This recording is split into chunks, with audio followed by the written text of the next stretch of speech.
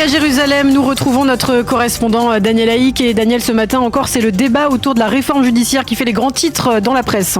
Oui, effectivement, Ilana, le Yediot Aharonot, qui, nous l'avons dit, prend fait et cause pour le camp des opposants à la réforme, titre ce matin les tentatives de compromis et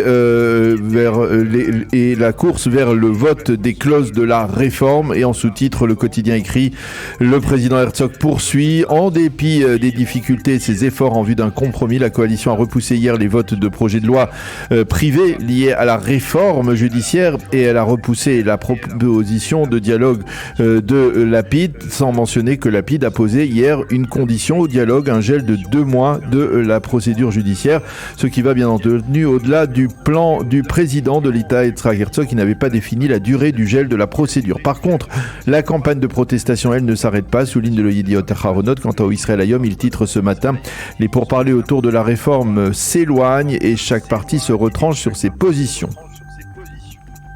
Et puis, on s'intéresse à ce qu'écrivent les éditorialistes autour de ce dossier, toujours aussi explosif, Daniel. Oui, Enad Galili, dans le Yediot Aharonot, a décidé de revenir sur le piteux spectacle que les élus israéliens ont donné d'eux cette semaine, en particulier à la Knesset et en particulier dans la commission de nomination, dans la commission des lois du Parlement israélien. Elle revient, comme il fallait s'y attendre, sur le discours des Rolex du député Likoud Dudi Amselem, qui, pour dénoncer la protestation, a affirmé du haut de la tribune de la Knesset que les manifestants venus lundi à Jérusalem avaient tous des Rolex et des Mercedes.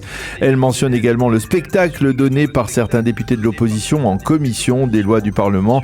L'un des députés monté sur la table, l'autre s'est assis par terre, et cela est bien entendu, tout cela est déploré donc ce matin par Enad Galili dans le Yediot Aharonot. Ariela Ringel-Hoffman, elle lance ce matin un appel en faveur d'un dialogue à tout prix, et elle l'affirme: l'option d'une confrontation ne peut être une alternative ni même une addiction à la protestation. Quant au professeur Netta Koren-Bara, qui est juriste au département de droit de l'Université hébraïque de Jérusalem, elle nous dirige vers sa propre proposition de compromis qui inclut des changements constructifs pour améliorer le système judiciaire sans risquer, je cite, de sombrer dans une forme de dictature. Et puis toujours à ce sujet, dans le Israël Hayom, on peut aussi lire diverses appréciations. Comme celle de l'ancien général Gershon Hacohen, qui appelle à restaurer l'esprit de la guerre d'indépendance. L'heure doit être à l'unité et non aux décisions tranchées. Pour lui-même, en cette période de division, il est important de souligner ce qui unit les différentes composantes de la société israélienne et de dire que cette unité est bien plus importante que ce qui les sépare. Et toujours dans le Israël Hayom, William Daroff, le directeur général de la puissante conférence des présidents des organisations juive américaine qui doit se réunir prochainement, eh bien, écrit ce matin que le judaïsme américain n'a pas l'intention de prendre position dans le débat qui secoue Israël autour de la réforme judiciaire, et ce en dépit des pressions de la part des deux parties afin que, je cite, nous adoptions une position claire. Nous adhérerons à tout plan qui sera le fruit d'un dialogue en Israël. Fin de citation. Les quotidiens évoquent ce matin par ailleurs ce que le Yediot Aharonot appelle l'évacuation qui divise la coalition. Oui, le Israël Hayom, lui, titre en manchette: la confrontation sur l'autorité en Judée et Samarie atteint son paroxysme. Il s'agit de cette décision du ministre de la Défense Yoav Gallant de se plier au verdict de la Cour suprême, encore elle, qui avait ordonné la destruction d'un vignoble israélien construit illégalement sur un terrain près de Shiloh en Samarie. Les gardes frontières ont déraciné hier, donc sur ordre du ministre de la Défense, des centaines de pieds de vignes et des arbres, tandis qu'une députée de la force juive tentait d'empêcher les pelleteuses de se livrer à cette destruction.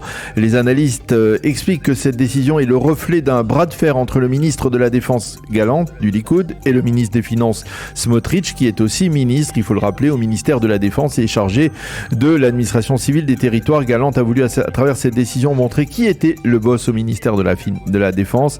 Smotrich et Ben Gvir ont vivement critiqué cette décision et Smotrich a demandé à Netanyahou de mettre en application la clause qui fait de lui le seul responsable de l'administration civile. Ben Gvir, lui, a déclaré hier à l'adresse de Netanyahou: ce n'est pas à quoi nous aspirions dans le cadre d'un gouvernement à droite toute.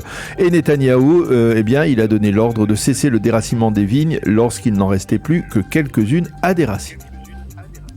Les sites d'information et les journaux soulignent le vote par la Knesset de la loi permettant de révoquer par ailleurs la nationalité israélienne de terroristes arabes. Une loi qui va désormais aussi permettre d'expulser ces terroristes lorsqu'ils auront fini de purger leur peine dans les prisons israéliennes. Pour que ces terroristes puissent être privés de nationalité israélienne, il faudra prouver que leur famille ait reçu durant leur détention les fameuses allocations versées par l'autorité palestinienne.